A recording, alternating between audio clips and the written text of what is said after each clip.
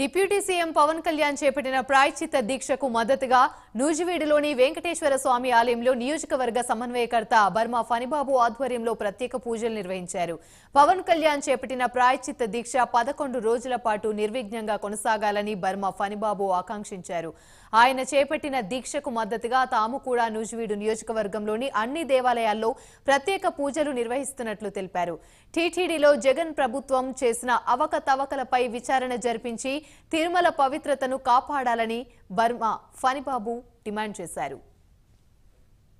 Party అధ్యక్షులు శ్రీ పవన్ కళ్యాణ్ గారు మరి నిన్న చేపట్టిన ప్రాయశ్చిత్త దీక్ష కార్యక్రమం టీటీడీలో జరిగిన అవకతవకల గురించి, అదేవిధంగా 300 సంవత్సరముల చరిత్ర కలిగిన తిరుపతి దేవస్థానం మరి లడ్డు ప్రసాదం గురించి అనేక మరి వార్తలు వస్తున్నాయి.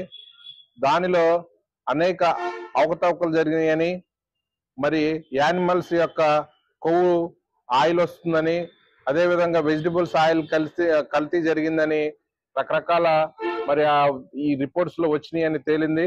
దానికి గాను మా అధ్యక్షుల వారు నిన్న మరి ప్రాయశ్చిత్త దీక్ష మన వెంకటేశ్వర స్వామి గుడి నంబూరులో చేపట్టడం జరిగింది. అందుకు గాను 11 రోజులు అధ్యక్షుల వారు పవన్ కళ్యాణ్ గారు ఈ దీక్ష చేపట్టుతున్నారు.